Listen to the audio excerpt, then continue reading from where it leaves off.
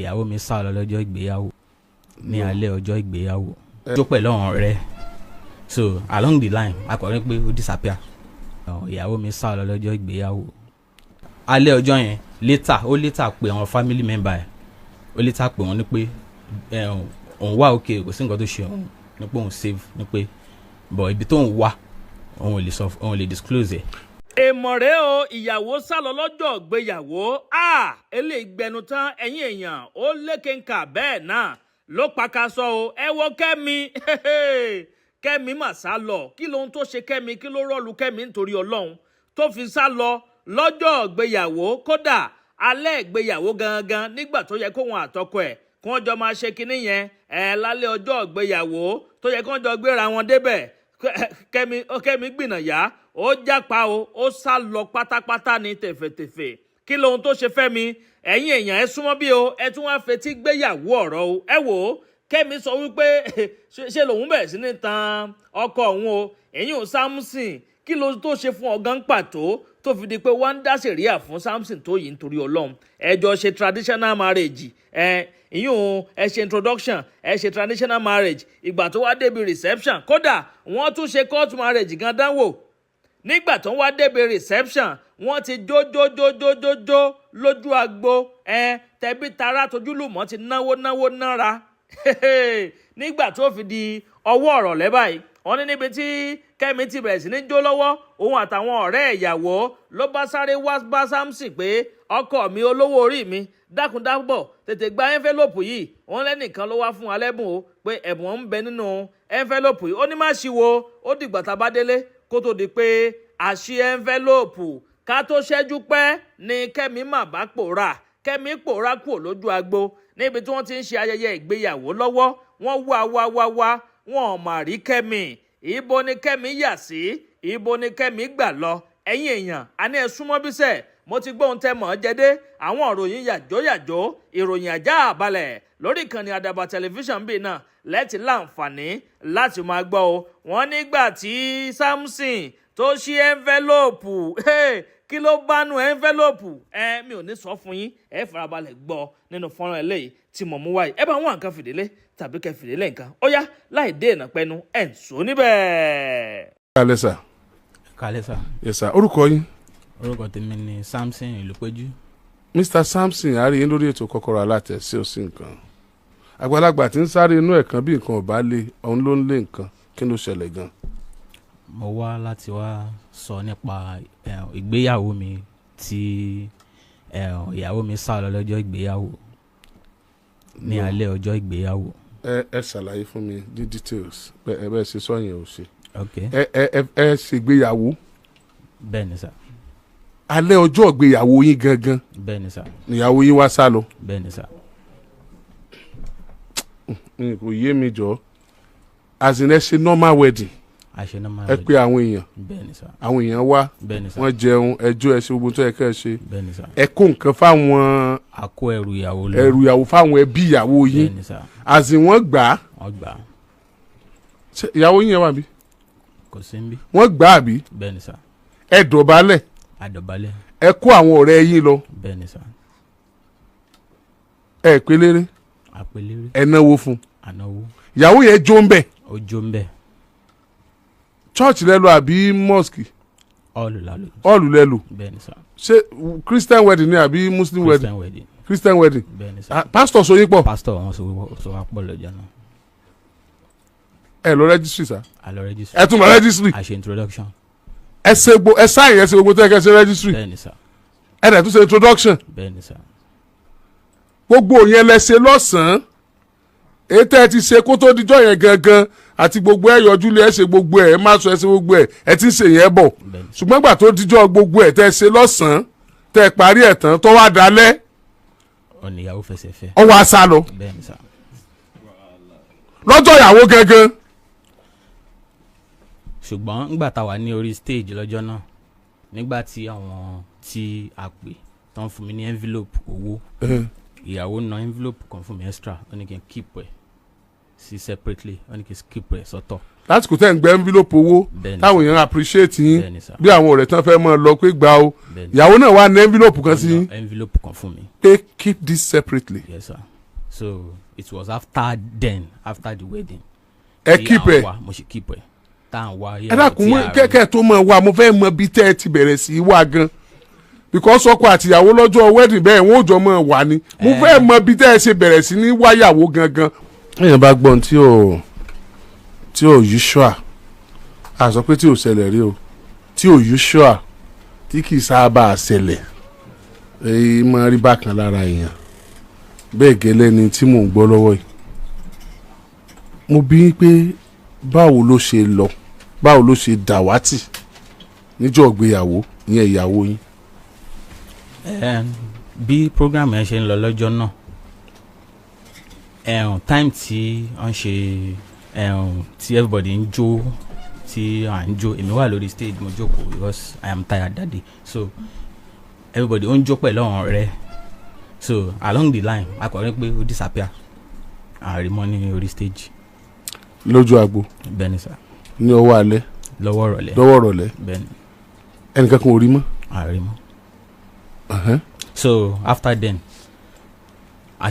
èmi ṣáà sì jókòó mi mọ̀ pé kò sí ní ojú agbo mọ́ so nígbà tá a fẹ́ tó di time ti àti cut cake àti share everything so a fẹ́ share cake pé ok ti àwọn èèyàn ìyàwó lélẹ̀ tí èèyàn ọkọ lélẹ̀ so after cake ta share cake tán tí mo dẹ̀ gbé cake gbé ká máa lọ a gbé bọ́ọ̀sì ìyàwó umbrella a gbé sẹ́yìn mọ́tò wọ́n á bẹ̀rẹ̀ sí ní wáyàwó káàkiri ìbò ló lọ mo lọ bá mọ́mí ẹ̀ mo ní mọ́mí mi ò rí ìyàwó mọ́mí ẹ̀ sọ pé àwọn rò pé èmi ti mú ìyàwó mi lọ nígbà àti lọ àti padà sábẹ́kúta ni mo ní rárá mi ò rí o wọ́n ní ṣé mo ti lọ check wedding Èkó bẹ́ẹ̀ ni sọ.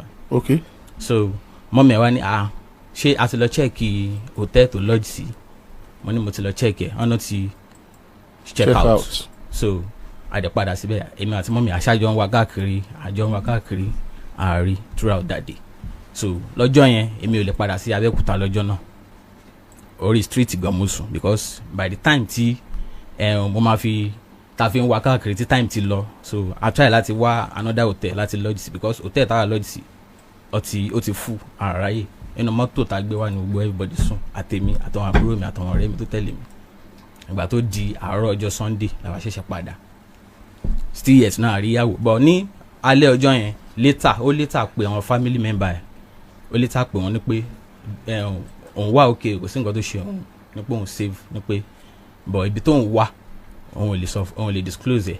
máa play kìíní o. so ó náà ò lè disclose ẹ̀ so ní pé òun wà okay àwọn family member ṣáà ní sọ ibi tí ó wà gangan ó náà ò lè sọ nígbà tó ń bá sọ nípa ọmọ wa gbé òun so kò ṣáà sọ throughout that day tí ilẹ̀ fi mọ́ so ìgbà tó di ọjọ́ kejì àwa gbéra tá a fi padà sábẹ́kúta.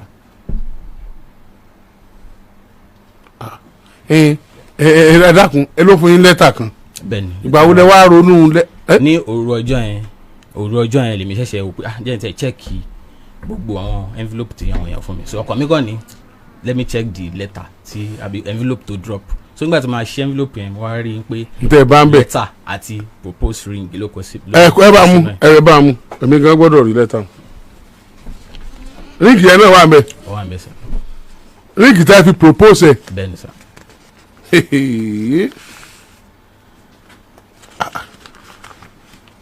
ó fi síbẹ̀ ìwọ Ọlọ́run ríǹgì rè bralati ẹ má wọrí bralati ẹ má wọrí ó ti mú yẹ́sì ríǹgì lélẹ̀ lẹ́tà ni wọ́n ti ẹ̀ landwriting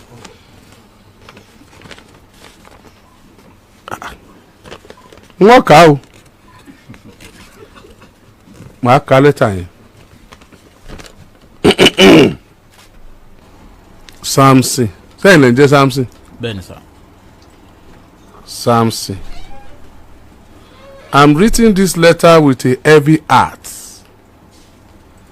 As it stands, I can't continue with this marriage. Ẹ wo lẹ́tà yẹn bó ṣe gùn tó gbé kú ń bẹ́ẹ̀ wọ́n mọ̀ zoom ẹ̀ báwọn ìní kájú báyìí lọ wọ́n lè lọ ṣáájú mi kà báwọn gbé kú ń bẹ́ẹ̀ ìní kájú báyìí lọ kẹ́mi nìyàwó yín jẹ́ kẹ́mi òkà rẹ̀ rèé o òkà àgbéyàwó rẹ̀ rèé.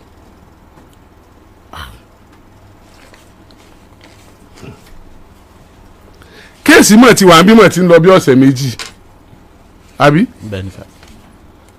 ṣé n tẹ́ béèrè wọn ṣéèdì sí ni. àwọn ṣe anything sá. wọn rẹ́dì láti ṣe. bẹ́ẹ̀ni sá. Aunty Kami, this must be a prank. Is it a prank? It's a prank. It's a prank. Yes sir. It's not real. How will you get out of this? Only God. Kẹ́mi ló kọ àǹtí ọ̀hún. Aunty Kẹ́mi ẹ mọ̀ ní sórí ibù ẹ sáré lẹ́tà ẹ mọ̀ tẹ̀síwájú ẹ tọ́jú ẹ ní òun padà ká o. So mo ṣáà ka lẹ́tà yẹn ní òru ọjọ́ yẹn omi ẹkún bọ́ lójú mi lọ́jọ́ yẹn so àwọn àbúrò mi lọ́ṣà ń calm me down pé kí n má rò kí n fọkàn balẹ̀ bí ọ̀rọ̀ obìnrin ṣe rí nìyẹn so àwọn lọ́ṣà calm me down because tí wọ́n bá calm me down bẹ́ẹ̀ kò sí nǹkan tó lè ṣẹlẹ̀ sí ọmọkùnrin fi tọkùnrin gbé ni because èmi gangan náà ni mo drive wọn lọ síbẹ̀ èmi náà mo tún drive padà that same Sunday from Lagos State to Abeokuta.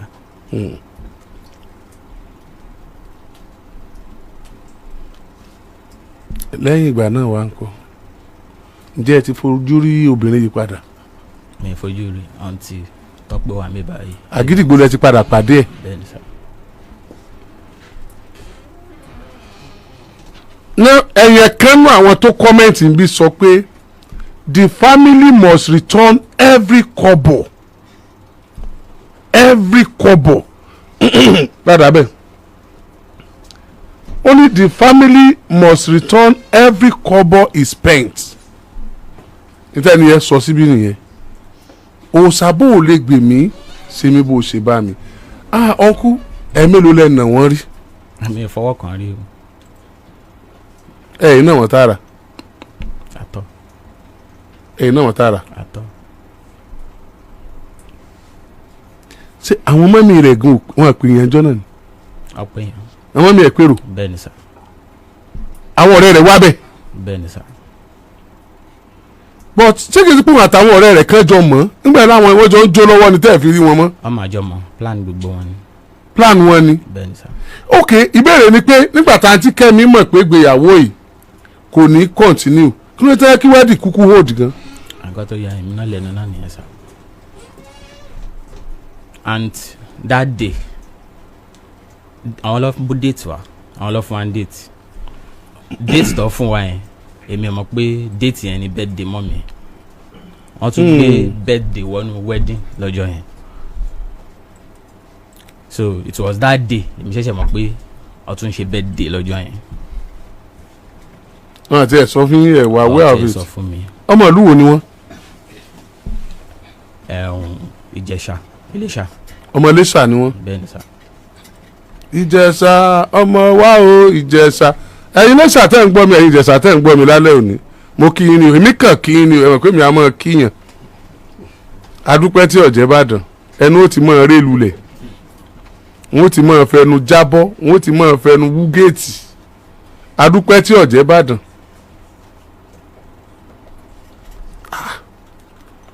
èmi ò ṣé wọ́n náwó fún yín lójú agbo ni àti Aunty Kẹ́mi ni bẹ́ẹ̀ni. irú jọ́ọ̀sì wọn náà ju Aunty Kẹ́mi tẹ́ ẹ mọ̀ pé ẹ̀ ní fọ́lọ́ tẹ́ ẹ mọ̀ pé ẹ̀ ṣègbéyàwó tẹ́ ẹ mọ̀ pé ẹ̀ ní white wedding náà ṣe. náà kò ṣe white wedding. wọ́n ti lóyún ni. àtọ̀. wọ́n ti lóyún ẹsẹ̀ wo lẹ́rù pé ẹ lè ṣẹ̀ tó lè tó lẹ́bù yẹn náà mi iṣẹ́ kankan. ẹ ṣú ọ̀pẹ́ ẹ̀sẹ̀sẹ̀ kankan. Reason tó kọ sínú lẹ́tà yẹn ó ní nítorí mi meet up fún plan for wedding which was later done. What are the plans tẹ́ ẹ meet up with? ṣebí wedding ọ̀nà là ń wè. Bẹ́ẹ̀ni sir. ẹ kí ni wọn kàn tẹ́ expect tẹ́ ẹ ṣe. Setting of the hall decoration DJ. ẹ ń gbọ́dọ̀ ti wá padà ṣebí jọ́nà ìjọ yìí mo lẹ ti rí tẹ́ ẹ̀ ń jó sí. gbogbo ẹ̀ la padà provide. ṣebí ọ̀lù ni ẹ decorate tí kíní kan bíi jàǹkáwọ̀ kíní àwọn kíní wúníwúní ń ṣe sí lórí ṣebí ìlẹ̀ ń wọlé sínú ọ̀lù yìí. Bẹ́ẹ̀ni sir.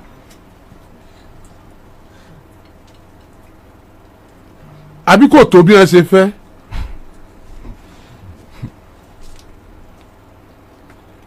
ọ mà ṣe o kí ni ewé tó wà lórí yìí ṣe decoration kọ́ ni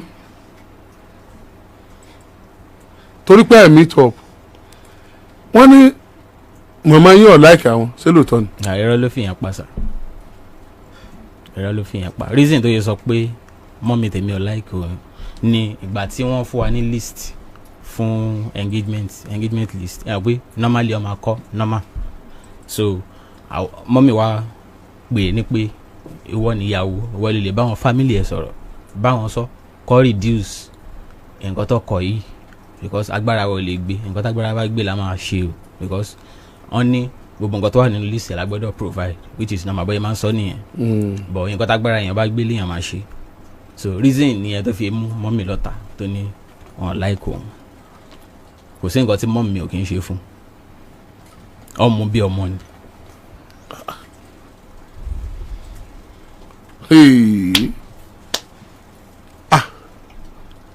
Ọlọ́run o ta ló ra aṣọ tí àǹtí Kẹ́mi wọ̀. èmi ò lè parọ́ because starting from the preparation for the wedding wọn láti jọ agree pé we will help each other. Okay. So ó stand ó ní òun máa ra aṣọ ẹ̀ fún ara ẹ̀. Okay. So ó dẹ̀ rà fún ara ẹ̀ èmi náà mo ra aṣọ tètè mi fún ara mi so àjọ rà fún ara wa ni. ṣé kìí ṣe pé n ta fi rò pé bóyá ẹ̀ kojú òṣùwọ̀n náà nù.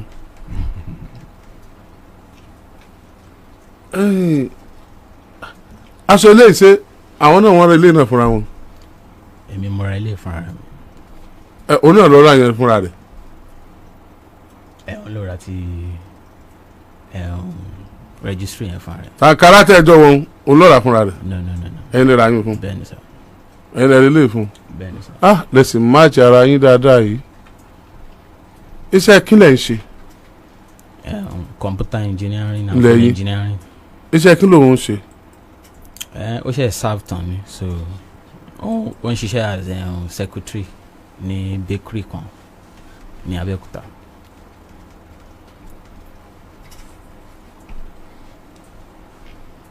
kí ni ìyàwó yín máa ń complain pa yín bóyá ẹ̀yin àti wọ́n jọ wà nínú ilé tí ò sẹ́ni kankan bẹ́ẹ̀ kí ni wọ́n máa ń sábà kí ni àti Kẹ́mi máa ń complain pa yín tó jẹ́ personal thing. Obìnrin míì yóò lọ ra roll-on fọ́kọ ẹ̀ yóò ra perfume fọ́kọ ẹ̀ kò ní sọ nǹkan kan yóò sá mọ̀ pé sóò ti lo perfume yẹn make sure pé ó lò ó obìnrin míì máa sọ bẹ́ẹ̀ obìnrin míì ara mouthwash fọ́kọ ẹ̀ pé kó máa fi mouthwash sẹ́yìn tẹ́nu ó máa ń jẹ́ kí kinní yẹn ó ń try láti sọ àwọn nǹkan kan is there anything tó máa ń complain pa yín even on bed as ọkùnrin what are those things tó máa ń complain before wedding day so you know there might be so many things tí o lè sọ síta tó wá rò pin is there anything tó máa ń complain. àtọ kò sí anything kò sí anything. ẹ̀mí ló lẹ ti jàrí tó yẹ pé wọ́n padà bá parí ẹ̀ ní láàrin ọdún méjì tẹ́ fi court. kò sí. it's 2 years courtship. yes sir. kò sígbà tẹ́ ẹ jàrí tẹ́lómi wàá bá yín parí ẹ̀ láti ta. àtọ tábà jà á máa parí ẹ̀ fúnra wa. fúnra yín ni. bẹ́ẹ̀ni sir. ta ni best friend ẹ. Faith. kí ni tí Faith ṣe lórí ọ̀rọ̀ yín gbà tó ṣẹlẹ̀. òun gan ó yà lẹ́nu ní ẹnu móvì lòun ti máa ń rí pé òun ò tiẹ̀ rí gan so ó strange so náà. kí ni àròpọ̀ lè jẹ́ excuse lady táwọn yóò fi pàtẹ́wọ́ fún pé o tiẹ̀ ṣe dáadáa báwọn ọbẹ̀ tàbẹ́ yẹn. ẹ̀rọ pé ó ní excuse kankan ẹ̀rọ pé ó ní excuse kankan tó jẹ́ ni. fi pé bóyá ẹ̀ lówó lọ́wọ́ tó bóyá ó ti fi pé òun rá àwọn kan tó lówó jù yín lọ. I don't know. You don't know. Yes sir. dẹ̀ sọ suspect rin ẹ̀ rí.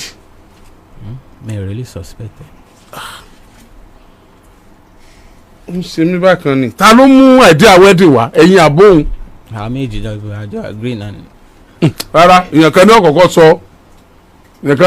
sọ bóyá sùn ẹ̀jíńjọ́ náà bóyá ó dáná oúnjẹ tó dùn mọ́ yín abẹ́jọ́ ṣeré tán ó dáná oúnjẹ tó dùn mọ́ yín rẹ̀ fi ń wò pé kí kúkú ṣe marriage kí kúkú fẹ́ sínú ilé abẹ́jọ́ ṣeré tán lòun náà ń wò pé ó yá kó kúkú máa bọ̀ bó o lẹ ṣe àbí. step by step la ṣe. step by step ni. bẹ́ẹ̀ni sá ní before April when mo propose sí. okay. so after tí mo propose sí after a month ó ṣá challenge mi pé ó bá mi jà ó ní ṣé mo fẹ́ sọ̀rọ̀ di Lord of the Ring ni pé kí n ṣe next thing. so mo ṣá ní mo ti gbọ́ tí time bá ti tó màá ṣe. so nígbà tó wá di April àwọn la ṣe introduction àti April láti ṣe introduction April last year. so after that introduction àwọn la fi bẹ̀rẹ̀ planning fún wedding. òun náà ló sọ ní ẹ fẹ́ sọ di Lord of Ring ó sọ pé kẹ́ ẹ gbégbèsè ìgbéyàwó nìyẹn she asked for it. How do you propose her? How do you propose to her with this ring? How? bólẹ̀ ti ṣe jọ náà. a ṣe ní báà kan ní Abẹ́òkúta. so ẹkúnlẹ̀ bẹ́ẹ̀ni bẹ́ẹ̀ni sá. nígbà tí ẹkúnlẹ̀ tẹ ẹ̀nà ríngì sí pé will you marry me ṣé ó tètè dáhùn àbáwọn ọ̀rẹ́ náà ràn lọ́wọ́ kó tó ṣe. ó tètè dáhùn wípé n tó fẹ́ kó tó di pé ẹ fẹ́ ṣe drag ẹ̀ mọ́ èèyàn kan lọ́wọ́ bóyá èèyàn ti ń fẹ́ èèyàn kan tẹ́wá jẹ́ pé ìgbà tẹ ní edge ló padà fẹ́ yín àbí kíní ẹ̀ kàn wá. gbogbo tá à ń jọ náà yìí yẹ́sì lọ yọ ọ́ jẹ́ torí mò ń wò pé kí ló lè fa ìgbésẹ̀ yẹn ni ẹ waste time wa àwa tí a mọ̀ pé ẹ fẹ́ ṣe wedding lọ́jọ́ yẹn despite the fact pé ẹ sanwó fẹ́ MC wọ́n wá sí MC bẹ́ẹ̀ni sá. ẹ waste time MC ẹ dẹ̀ bá rẹ́kọ̀dù ẹ̀ jẹ́ ẹ waste time DJ ẹ sọ ọ́ọ̀lù tẹ́ ti ṣe ló kọ́ ìdílé ìyàwó ngan wọ́n gbé ọkọ̀ mi ìdílé Àtíkẹ́mi àwọn ọ̀rẹ́ gan tún sòde lọ́nà ìjọ òyà ẹjẹ́ àfijọ́ wọn hàn.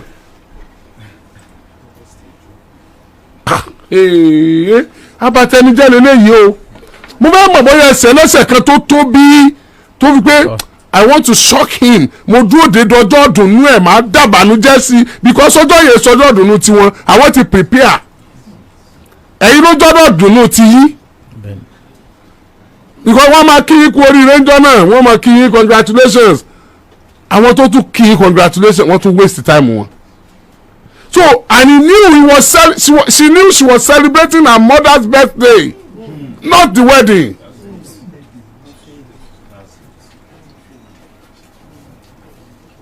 This is a pre-planned act. Ẹ wo bàtà yín.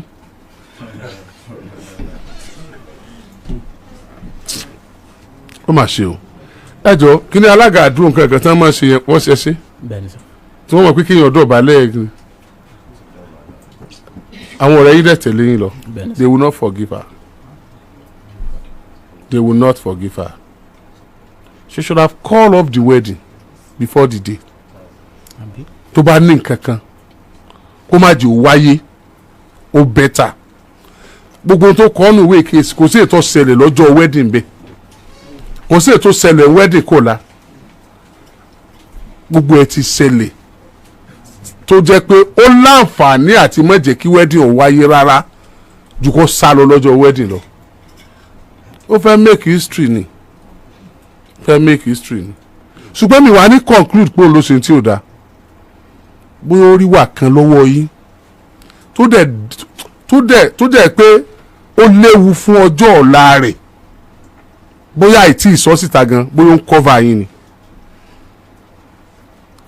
ṣé ká kúkú bẹ̀ wọ́n kí wọ́n mọ̀ wá abẹ́ rò pé ẹ̀ níwà burúkú kan tẹ́ ẹ fẹ́ kó sọ láfẹ́fẹ́. ẹ jẹ́ kó wá. kó wá. bẹ́ẹ̀ni sá. ẹ fún mi ní fọ́tò àǹtí Kẹ́mi. I was at the wedding. àwọn tó wà ní wedding gan mọ̀ wò wá. ẹ jọ sálejò ti lọ tán kẹ́ ẹ tó mọ̀ pé ẹ̀rí ìyàwó sá. another thing nìyẹn o ṣe báwọn àlejò ti lọ tán àwọn èèyàn mọ̀ ẹlòmíràn ṣe mọ̀ báyìí ni. chai níbo ni ẹ ṣe wedding yẹn. I mean venue. eré àdúgbò. Aunty uncle ìwọ̀n tẹ́ ẹ rántí gan ẹ try ni. Kò easy ìwọ̀n tẹ́ ẹ rántí ẹ try ni. Me too I was at the wedding. Olúwakẹ́mi Rótìmí àwọn ọ̀rẹ́ wọn nìyẹn.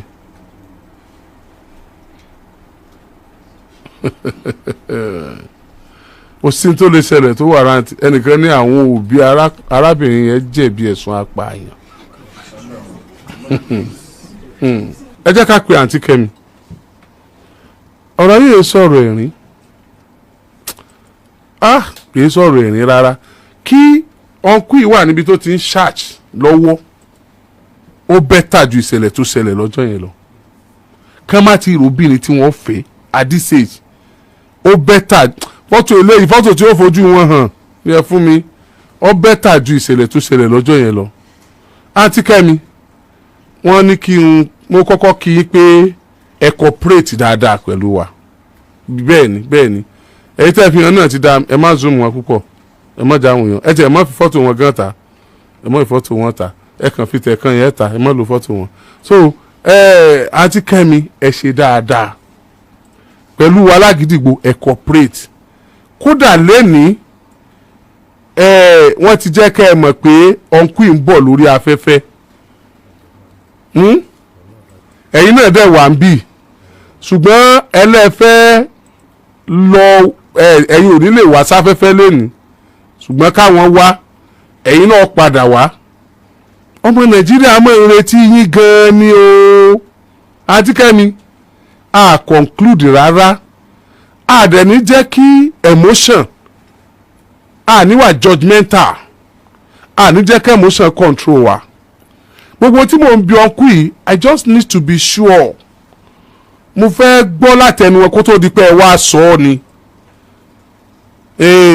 mo fẹ́ gbọ́ èmi sọ pé ẹ sì ní excuse ṣe èèyàn níyìn Ọlọ́run dá igi oko ó dá ẹja inú omi ó dá ẹran tó rìn lẹ̀ ó dá èyí tó ń gbénú omi tí ò lè rìn lẹ̀ ó sì dé èyí tó ń rìn lẹ̀ tí ò lè gbénú omi ó dé èyí tó ń gbé tó máa ń fò lójú ọ̀run ó dé èyí tó ń rìn tí ò lè fò gbogbo wọn pátá Ọlọ́run dá wọn under control Ọlọ́run ni wọ́n wà àti èèyàn ẹranko ò ní ọpọlọ tó lè dárò ju pé kò mọ̀ ṣe bọ́lọ̀ ṣe ràn lọ ìwọ̀n ọpọlọ tọ́lọ̀ ń fún tí ó fi láyé òun náà ni gbogbo ọpọlọ tọ́lọ̀ ń fún wọn ó kó wọn sábẹ́ ọpọlọ èèyàn ni ṣùgbọ́n àwa èèyàn ní ọpọlọ tó yẹ pé bọ́lọ̀ ń bá ṣe báyìí ṣe báyìí Ọlọ́run tó wá fi wálẹ̀ pẹ̀lú ọpọlọ wa ló fi jẹ́ pé a gbọ́dọ̀ máa sìn.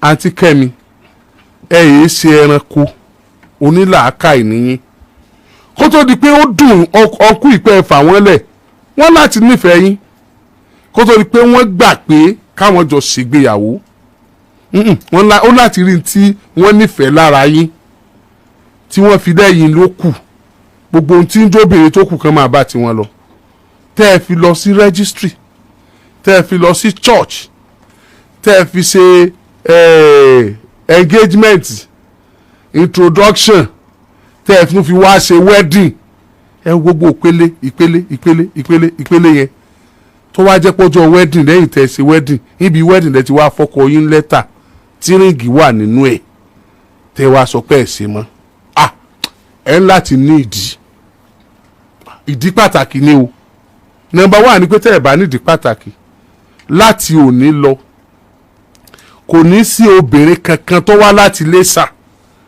tí ó lẹ́nu àti bú anybody tó bá ṣe ń tó wù mọ́ ní gbogbo ayé lórí ètò kéèyàn ọmọ ìbúra àwọn Ìbàdàn nù àwọn kìíní kan lọ́sẹ̀ báwọn tí n bá mọ̀ pé Iléṣà ni tí mo padà find out pé Iléṣà ni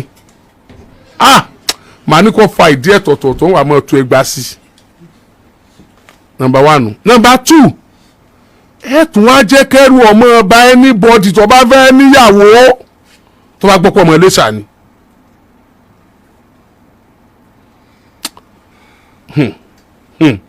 kódà tí ìyàwó ń bẹ nílé ẹ̀ yóò tún mọ̀ wò pé ọmọ ìlú lòun lọ lọ́la tọ́jú ọmọ Iléṣà àwọn Iléṣà sì dáa